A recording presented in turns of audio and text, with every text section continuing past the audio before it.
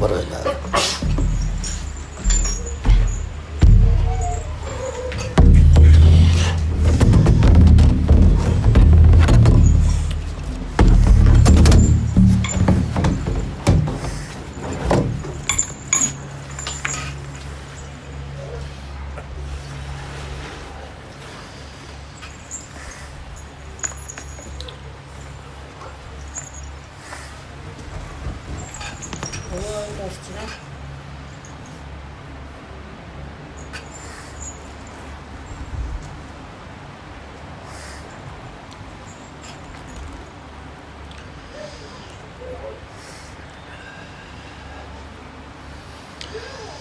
자, 만화의 특대 없습니다.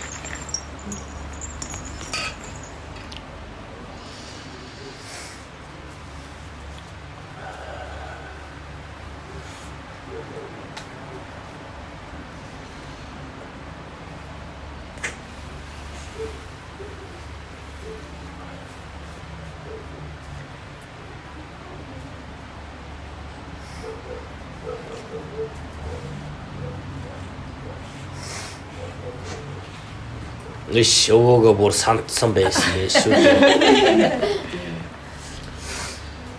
오일날 속았더니.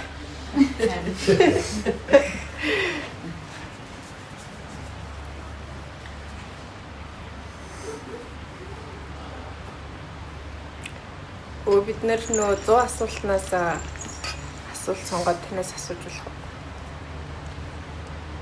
Одоо байцаа гэдэг да. Сүнсний хоолны талаар асуух гэсэн. Гэж юу гэдэм болов уу? Яаж сүнсний хоол эрчимтэй нэрхтэй байх вэ?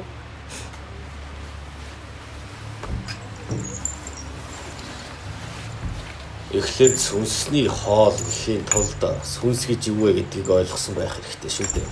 Энэ арай жоохон одоогийн та нарт хүн сэдв юм шиг санагдахгүй байна уу?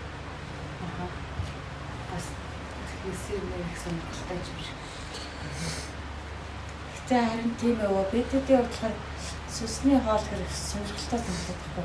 Бид нэр сууч одоо махын бие болохоор одоо тэгэл хоол хүнсэдэл зүтгэждэг. Бас тэр сүнс бидэнд байгаа гэдгээ байгаа юм чинь бас сүнсэнд бас хоол хэрэгтэй байдаг байх гэх. Тэтгэж байгаа зүйл бас байдаг л ах. Тэрний яг юу гэдэг юм бэ? Тэгээ бид нар одоо яаж хоол хэрэгтэй юм лаа гэж. Та нар ч одоо урт хоол сураагүй юм уу? Хооллолдог байхад яг тэр махан бие л хооллоод юм гэж байна. Тэр сүнс мэн одоо бид нар таанд байгаа юм чинь.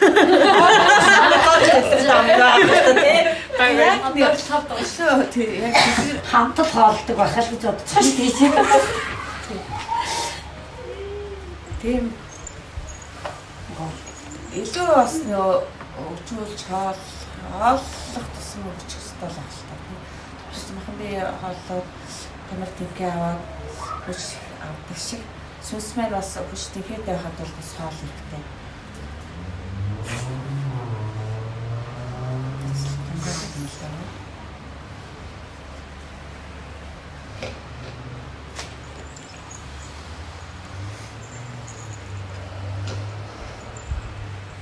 Ер нь бол их олон янзаар хоолж болдог.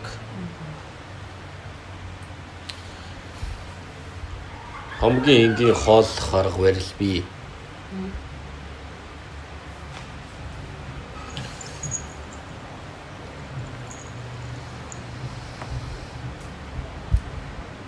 Сонсоод чимээгийн чагнаад байвал одоо нөгөө өөртөө төвлөрөөд өөрийгөө сонсоод зүүн мэдрэмжээ дагах нь сүнсээ бас хоолж байгаа юм хэлбэр мөн үү? Биш ээ. Биш үү?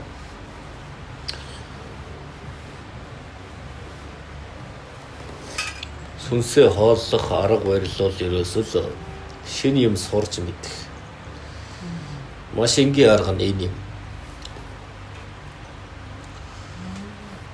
Бид нэр юм сураалаа сүнс маань хаалгадал сүнсээ өрчүүлээд байж байгаа юм тийм үү? Уул нь сүнс хөгждөг юм уу? Бид нар сүнсээ хөгжүүлж гин гэж ойлгоход явах нь зөв юм уу? Сүнс чинь бид нарыг аваад бид нар үгэнд тэрийг дагаад явал хүчтэй байх хэрэгтэй гэсэн утгаар байх юм уу? Ер нь ямар ч юм. та нарыг сүнс удирдахгүй. Та нарын оюун бодол сүнстэйгээ холбоотой байх юм. Тэр зүйл байгаа учраас л та нар амьд байгаа. Тэгэхээр та нар яаж хооллох вэ гэвэл нэгэнт оюун ухаантай гэдгээрээ өөрсдийгөө зарладаг хүмүүс учраас яах вэ? Оюун ухааны арга барил нь хамгийн чухал юм.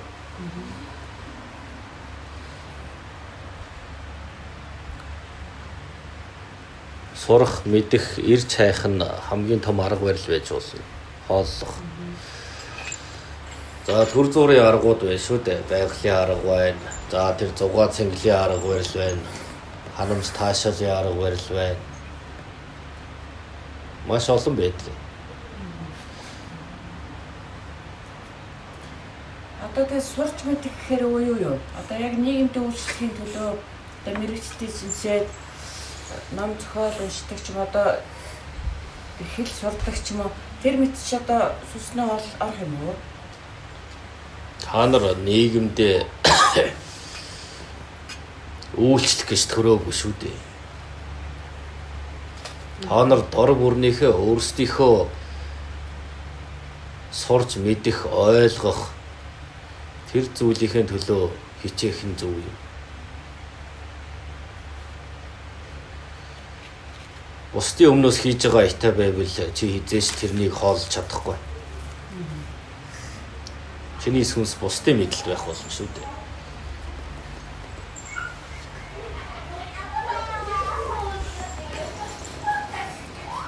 Ер нь тэгээ сайн за муу ч хүн сурсан болгон л ер нь хүнд өөрт нь сургамжтай хэрэгтэй байдаг гэдэг утгаараа явуулсан. Сурна гэдэг нь та нар бас буруу ойлгоод байна. Харин тийм үү?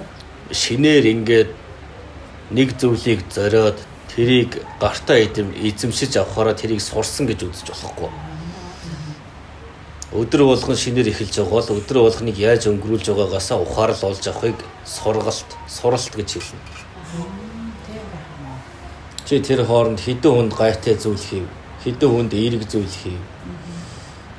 За мөн биедээ гайхаар учруулгүй авч явж чадсан уу гэх мэтийн зүйлийг тунгаах чадвартай байх хэрэгтэй. Одоо орчин биднес одоо сурхан гэхээр л одоо нөгөө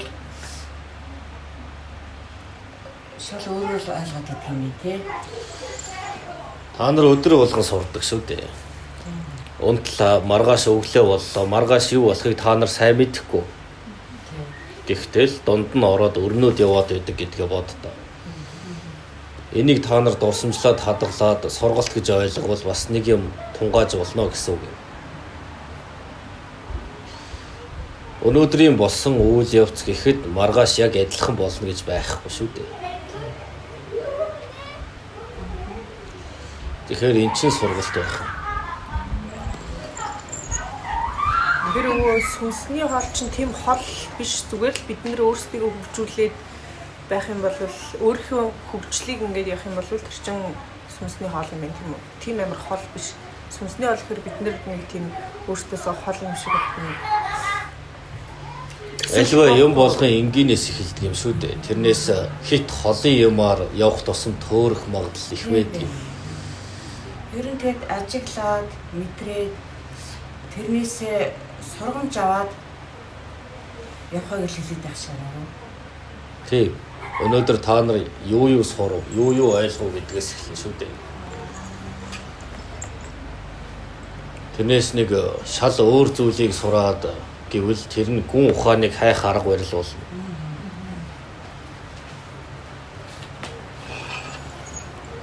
Харин энгийн өглөө болоод унтах хүртэлх хугацаанд та нар тэрийг хооллно мэдээж сүнсээ. Эхийн тулд харилцаанд орно. Бас бодох хэрэгтэй болно гэхээр юу шаардж байна? Ухаан. Ухаан. бодол тэрнээсээ хамаарж үйлдэл хийх гэх мэт зүйлс болох нэ. Бид нар чинь суралцах гэдгийг шал өөрөөр ойлгодог юм. Тийм. За суралцах нь тэгээ та нарын хувьд юу гэж ойлгодог байсан гэж. Суралцах нь одоо Цэцэрлэгт ороод одоо ингээд 1-ээс 10 хүртэл тоолсон. Нэгдүгээр ангид ороод нэмж хасцгаа тэгээд ингээд ажиллаа хийж байгаа.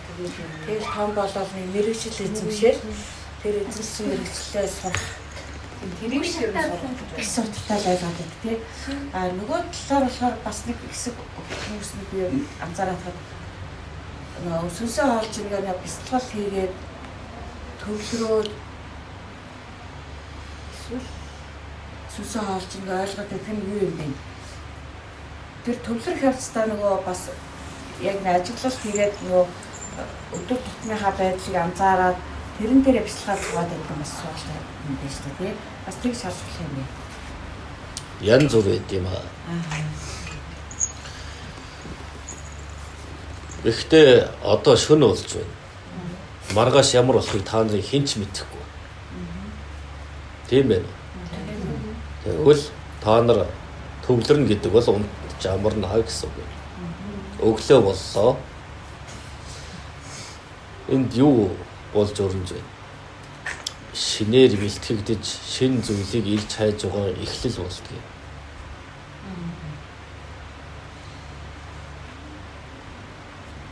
Чи өөрөө төвлөрөхөө суусан ч чамайг маш олон бодол санааны эрчмүүд зүгээр байлгахгүй нь ойлгомжтой шүү дээ.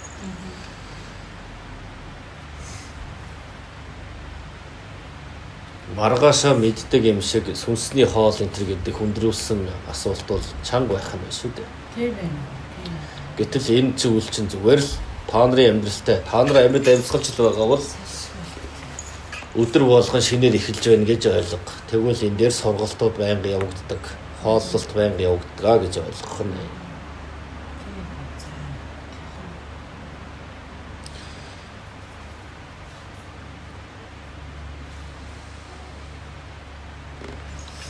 Тэгээд өгөө одоо яг саний алдсан дээр ингээд сурахгүй анзаарахгүй болтойгоо дутаад байвал сүнс хоолж чадахгүй гомддог ах уу? Сүнс гомддог юм уу?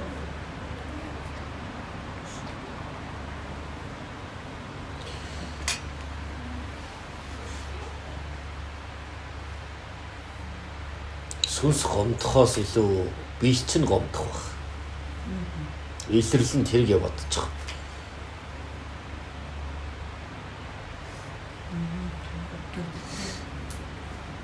За өвдгөн цайс юм дээ. Ер нь жоохон бүх юмний гал унтрна гэж байдаг баха.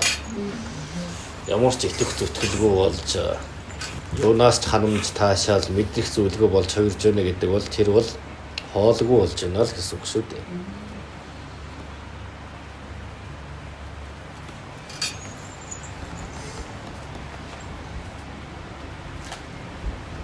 Тэр нь сурцаал ах юм бол сүнсний хоолой. Тийм учраас өнгөрсөнд битгий хүлэгдэг гэдэг шалтгаан тэр юм шүү дээ.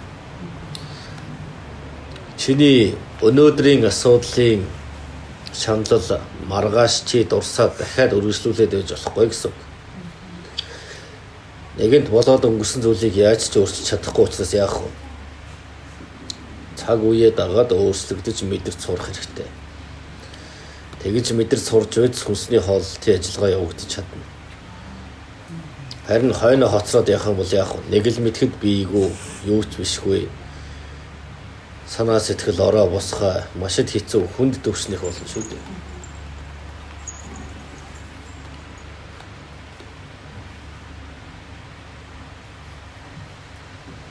Өнөөдөр ойлгох юм даа төвлөрөхгүй өчигдрийнхаа юмыг бодоод сүнсээ хоолж чаддаг. Мэдээж та нарын маргааш тэрний маргааш бүгд өөр өөр эрчимтэй ховсон өөрчлөгдсөн орчил. Гэтэл өнгөрснөөрөө байх юм шиг санаж болохгүй гэсэн үг. Маргаашийг өчигдрийнхөөрөө ухтаж болохгүй гэсэн үг. Хүмүүс болохоор өнгөрснөөрөө амьдрах, одоогоороо ирээдүгээр амьдрна гэж ярьдаг боловч яг үндэ энэ бас эсрэгээрээ байх юм шүү дээ. Та нар өөрсдөө сонгож л ирээдүгээ зурж байгаа гэдгийг санах хэрэгтэй. Өөрсдөө хүсэж, өөрсдөө төлөвлөж, өөрсдөө үүдэл гаргаж байж ирээдүгээ бий болгоно гэсэн үг юм. Яг нэг өнгөрсөн дээрээ төвлөрөөл утгагүй юм дээрээ ингээд төвлөрөөл байгаад бас бүр олон бүр ирчихгүй болон бүрээс тэгэл бичин болоод бүр өдөрч чамж болоод идчихсэн тийм. Өнгөрсөн тэгвэл чи тэгээ бод. Нэг бол сөрөг байдаг, нэг бол эерэг байдаг. Тэгвэл ихэнх нь юугаа сонгох? Тэгтээ сөрөг дээрээ төвлөрдөг. Тийм. Тэрийгээ тэгээд хаа чинь олон өөрсдийгөө унтаад сэрээд төвлөрөөд босч ирэхдээ дахиад өчигдрийн юмаа санаад амьдраад байвал яах вэ?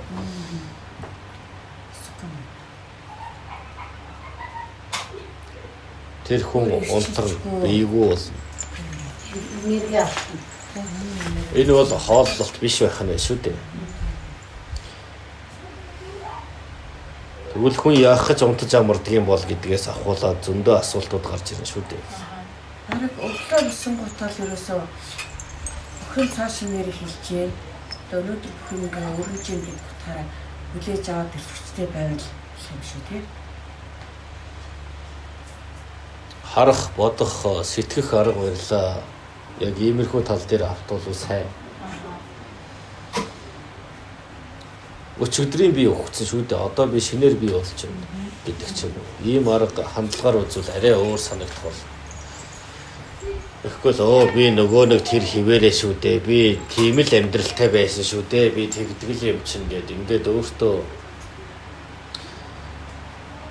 хамаг сайхан цаг хугацаа ивэл нэрсэн ч гэсэн өөрөө хүн бас унтраад чаддаг юм чинь шүү дээ. Тийм.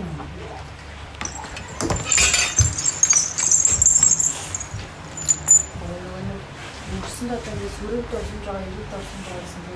Ирэг дурсамжаа гоёор ашиглах боломжтой байна. Ирэг дурсамжаа гоёор ашиглана.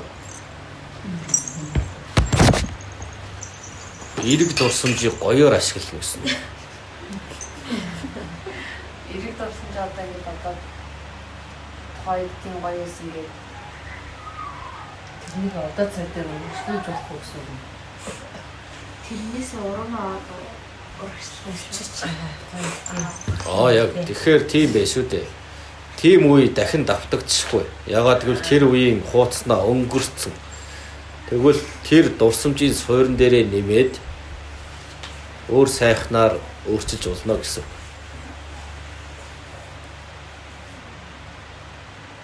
Гэхдээ нэг зүйлийн шаардлага байдаг. Тэрийг өөрчилдөг, эсвэл дагдаг гэсэн хоёр хүн байдаг. Хоёр төрөл. Нэг нь бүтээдэг, нэг нь аян дагдаг гэсэн үг юм.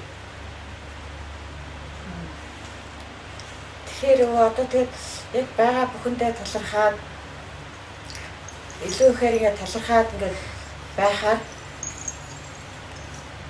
өшөө тэрнээс ч илүү сайхан бүхэн чинь шообор талархаар юм сайхан зүйл байдаг гэд орчлонгоос ингээд одоо ханаас ингээ эдгээдэг одоо тийм эрчим энергит ингээ холбогддог гэсэн тийм байгаад байдаг. Тэр ч одоо тийм сүнсний өсөлттэй шалгалт юм уу? Та нар зөв яваад ухаарад ухамсарлаад байвал сайн байна л гэж магтахаас дараад дээрээс чинь хаагаад байх ч ямар хэрэг байна. Тийм.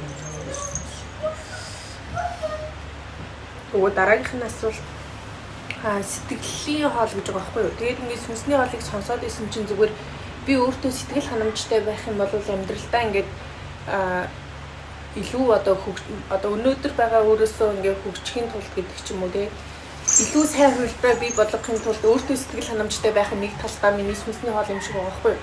Тэгэхээр энэ шууд одоо нөгөө миний сэтгэл зүй, миний сэтгэл санаа ямар хөө байна?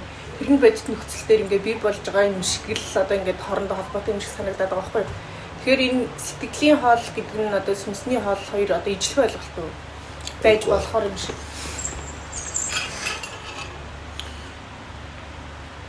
сэтгэлийнх бол хувийнх. Харин сонгож оюун бодлороо бий болгож өрнүүлэх юм бол нийтийнх болж хувирдаг. Нөлөөлөх байдлаараа гэсэн үг шүү дээ.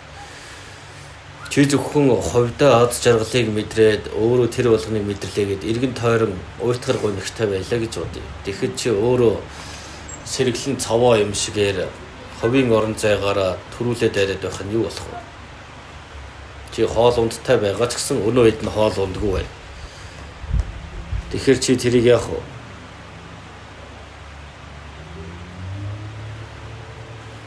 Тэдэнд ойлгуулах гэж оролдох уу? Эсвэл зөвхөн өөрийн хувийн сэтгэл ханамжаа бодох уу?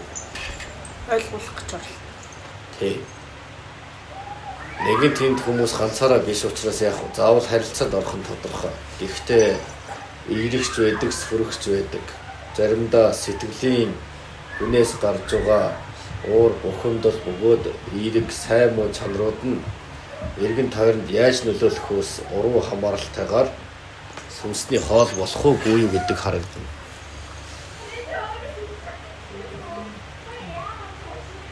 Та нар бол 5 Монгол байхтлаа 5 тийшээ тардаг хүмүүс шүү дээ. 3 Монголын нэгийг дарахад л нөгөө нэг нь барьцдаг. Ийм төрлөх гэвод. Тэгэхээр бид нар сүнсээ дахгүй сэтгэлээ дагаад нэгдэж чадахгүй гэсэн үг.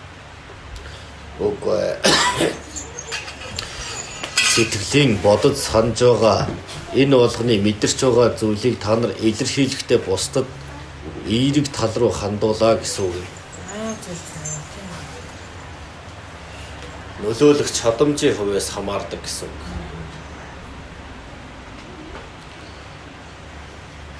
Тэгэл тэрнээс чинь хүн дотроо ямар байгааг хүн гадны хүн хараад мэдэхгүй шүү дээ. Би хэлээд нөгөөний хэлэмж гэдгээр ямар ч хэцүү байсан ч гэсэн ингээд инээмсэглээл хүнд анзаарахдаггүй хүнд нэг сайхан сэтгэл төрүүлээл тийм байгаад байвал болох юм шиг байна.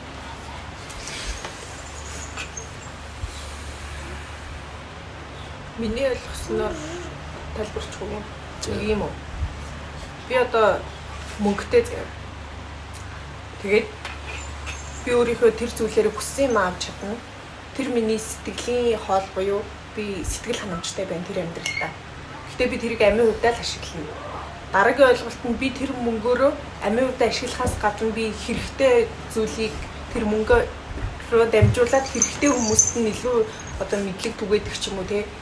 Тэр хүмүүсийн амьдрал нь сайжирж байгаагаар би сэтгэлээ биш сүнсээ хорлох одоо илүү нэг тийм хэрэгтэй зүйлийг хийж байгаа гэж бодохороо би өөртөө илүү урамтай санагдаад өөрийгөө илүү ингээ дараачийн түвшинд очдог ч юм уу. Тийм тэр нь болохоор асуултыг ойлголоо. Гэхдээ чи мөнгөтэй гэж хэлсэн шүү дээ.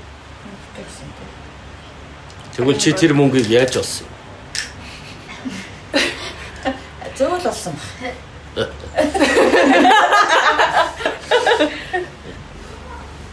зүгээр арай ойрхон болохоор л мөнгө гэрчлээ. Би мэдлэгээ ч ашиглаж яж болно. Энэ ийм юм шүү дээ. Наа чинь ерөөсөө л нэг бол тэр зоос мөнгөний ханамжийн асуудлын хувьяас харагдана гэсэн үг. За жирийн ажил хийдэг. Тэрийг мөнгө гэж үзэхгүй байж болно. Эсвэл мөнгө гэж үзэж болно. Тийм үү?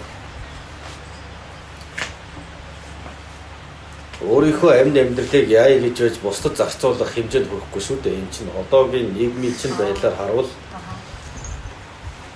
чамайг хичээ зүтгүүлж ажилуулж байгаад өөрийгөө болгоо гэдэг өгцөг зүйлийг мөнгө гэж байна. Өвөө нь ойлгохоор болохоор мөнгө гэдэг би мөнгөтэй байна гэхээр чи бүр хангалттай олсон байж болох юм шүү дээ. Өвөө нь бол тэгж ойлгосон. Бүр ихээр олчихсон. Гэхдээ яаж тиймтэй болсон бэ гэдэг дээр хоёр туйлын асуултыг чи тавьж байна шүү дээ. Би өөрийгөө болгож байгаад ингээд их мөнгөтэй болсон. Тэгээд тэрийг одоо захиран зарцуулахтаа болохоор ингэхэн зөв үү, тэгхэн зөв үү гэсэн айтай. Гэхдээ эхлээд суурьндаа чухал байх. Чи өөрөө тэр мөнгөтэй болно гэдэг зүйлийнхээ үнцийг яаж тавьсан бэ гэдэг асуултанд сонирхолтой байна. Чи баян мөнгөтэй болохын тулд яах вэ? Бусдад заавал харилцаанд орох хэрэгтэй. Тэгж орохдоо яах вэ? Мэдээж тэдэнд ашигтай мөн ахуй байдлыг хэмнэсэн өөрсдөнд нь таалагдсан тийм зүйлийг хийж асар ихийг хоригдлуулж чадна шүү дээ. Тэгчгээ тэрийг эргээр зарцуулах уу, эсвэл сөргөөр зарцуулах уу, хувьдаа зарцуулах уу гэж асууж байна.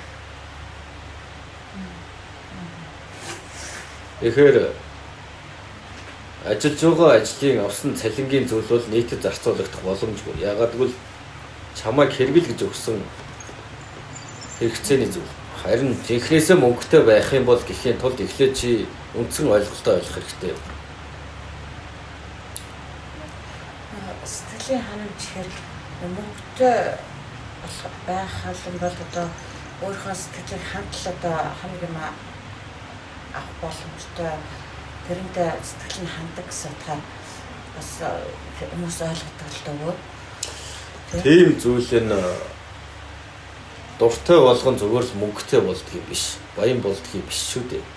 Энэ ийм зүйлтэй байхын тулд тусгай хариуцлагатай байх хэрэгтэй. Өөрийг нь баяжуулдаг тийм хүмүүс одоо хөрөнгө зоошоо оруулж байна шүү дээ. Тэгжээс тэр баян болно үз. Тэгэхээр багаар ажиллах чадамж, нөлөөлөх чадвар гэх мэт зүйлийн үр шимээр мөнгөтэй болдгийг.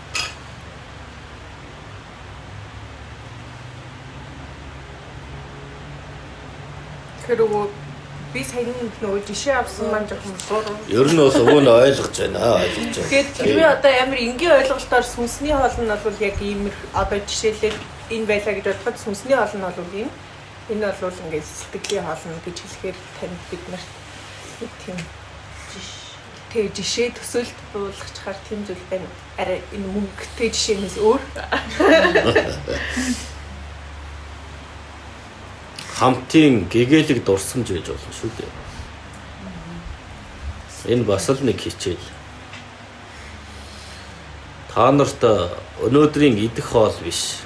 Өнөөдрийн өнгөрүүлсэн цаг хугацаа нь чухал уу юу гэдгийг зүгээр л асуухад та нарт аль нь дээр вэ? Цог хугацаа байсан. Яг. Энэ бол бүтээх арга барил, сурах арга барил. Тийм ээ тийм.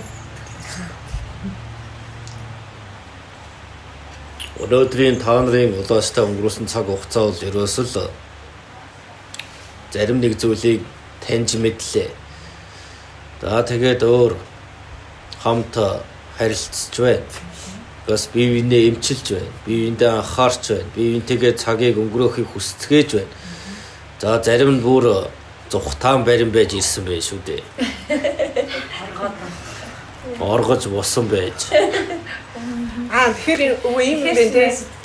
Би одоо энд ирэхээр гоё ингээд ад жаргалтай байгаа нь миний сэтгэлийн хоол. Бөөнөр ингээд сурч хөгжиж байгаа нь сүнсний хоол. Зөв. Айсны хооллоод байгаа шүү дээ. Тийм болол энд дахин ирээд ч юм уу эсвэл бие биентэйгээ уйлалгүй уулзаад байна шүү дээ.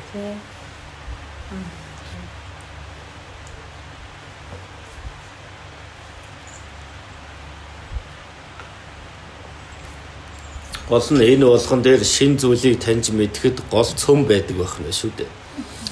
Тэр нь ингээд бүх юмыг удирддаг. Хичнээн энд цугласан байсан ч бүх цаг хугацаа нь өөр.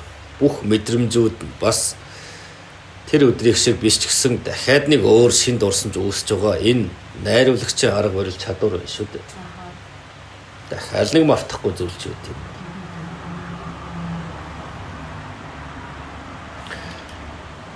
Яг өмнөхтэйг нэг газар адил царай зүстэй хүмүүс тэрийгэ давтах гэсэн ч боломжгүй байдаг байх нэ гэдгийг ойлгох. Ягаад гэвэл тэр өмнөх сайхан дурсамжийн зүйл бол тэндээ үлдсэн байна. Одоо болохоор дахиад нэг өөр дурсамж үүсч байна гэдэг нь бас тооцоолоод үз. Бас л сурах арга барил. Бас хүнсний хоол. Бас мэдээж юу байх вэ? Сэтгэлийн хоол болж байна.